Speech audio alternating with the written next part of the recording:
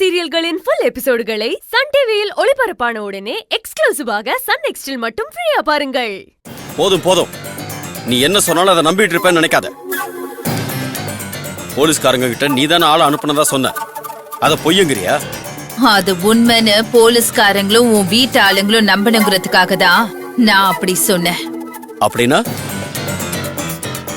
உன் குடும்பத்துக்குள்ள உனக்கு இருக்கிற மரியாதையும் ஊருக்குள்ள உனக்கு இருக்கிற கௌரவமும் போயிடக்கூடாதுன்னு நான் பழிய ஏத்துக்கிட்டேன்.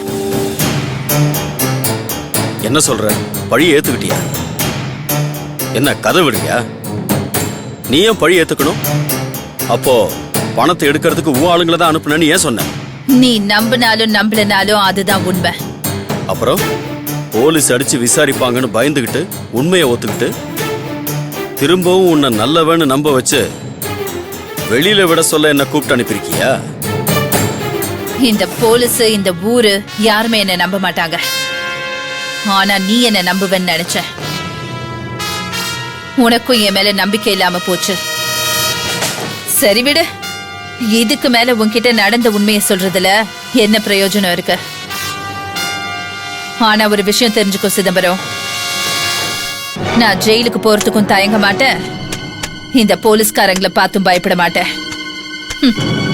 இது நான் ஏற்கனவே வாழ்ந்த வாழ்க்கை தானே, நான் பாத்துக்கிறேன். நீ கிளம்பு. எல்லா உண்மையும் எனக்குள்ளேயே நான் போட்டு புதைச்சுக்கிறேன்.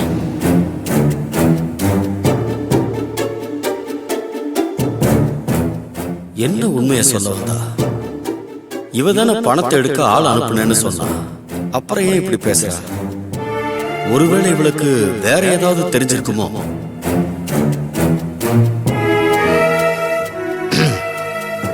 சரி, நீ என்ன சொல்ல வந்தியோ அத சொல்லு.